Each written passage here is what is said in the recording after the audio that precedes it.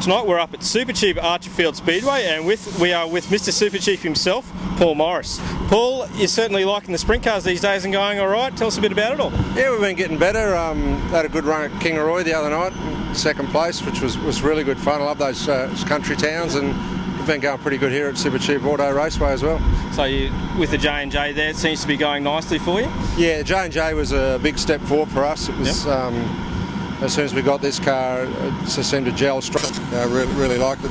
So also, you seem to be going well on slick tracks as opposed to maybe the hookier stuff, which is where the money pays anyway at the end of the night. Yeah, definitely the slick suits me. It's it's more about getting all four tyres to work and not being so hammered down, and it allows me to feel the car. It's a lot more like road racing. Okay, so you're able to just rather than holding it in there and hanging on, you can actually. Rather than having the balls on the dash and hanging on, it's more like car racing than I'm used to. So also, I can see that you've spent a lot of time with Sprintcar over the past few years. Any plans to go back to America and get a little bit more serious with it? I don't know how serious I get, but I'd definitely like to go back there this year and have a bit of a run round. So put a plan together for sure. Because your program with the V8 Supercars is still there. Well, you'd like to spend a bit more time in the sprint car if that wasn't there? Yeah, definitely I would.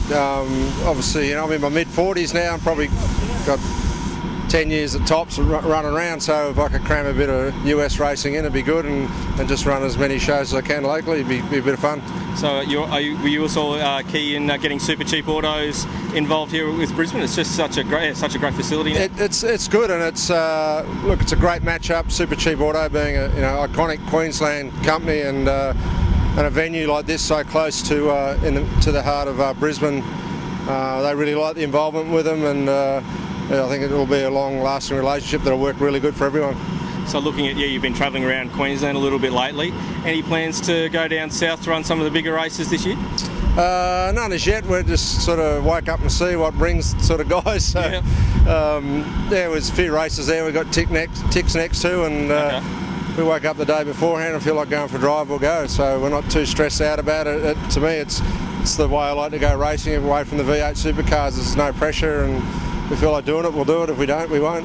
Okay, so it's more so just having a bit of fun, but get serious when you're out here when the helmet's on? Yeah, obviously once you get in the car, all that goes out the window, and you tend to just go into race mode. But one of the reasons I like this so much is that you can pit next to a guy like this, and there's Robbie Farr's on the other side, and Robbie Farr, and you can hang out and talk and enjoy some good times, which is you just can't do that in V8 supercars anymore. It's just too serious. Yeah, because even the world's best there, Donny Schatzi's still a nice guy and doesn't mind having a laugh too. A bit different to probably what you're used to on our road race. Yeah, it's just so commercially driven now, and no one has any time to do that. And probably the only time you do it, it's at the last round at the end of the year, and you might have a beer with one of your competitors. So this is what racing used to be like when I first started, and it's good to enjoy that part of it for sure. Something about the guy beside you who runs J&J chassis too. Do you ever go over and have a look and see what he's doing to try to get it on your car as well? Yeah, well, it's just normal standard J&J stuff. Yep. But so I don't think it's any secret.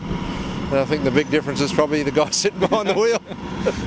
So what changes have you made to, well, you are a lot more competitive than you were even maybe 6 months ago, or is that mainly the chassis change?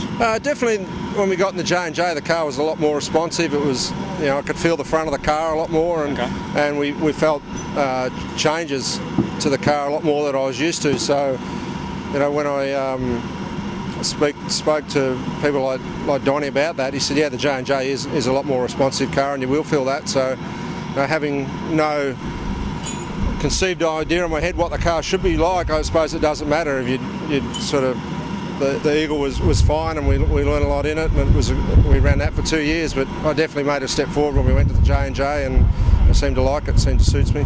So looking at tonight, there's 38 cars here, nearly a world of outlaw quality field.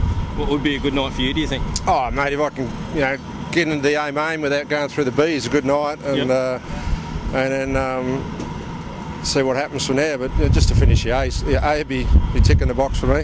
Fair enough. Well, Paul, thanks for your time. Yeah, it's great to have you and Supercheap Auto on board, and it's great to see you out there sticking to the boys every now and then now too. Yeah, no, we give it a go when we can, and when we can't, we just stay out of trouble. Stay out of trouble, stay out of their way. Way to go. Thanks. I'm Clinton Cook reporting for Sprintcar World. Thanks for watching.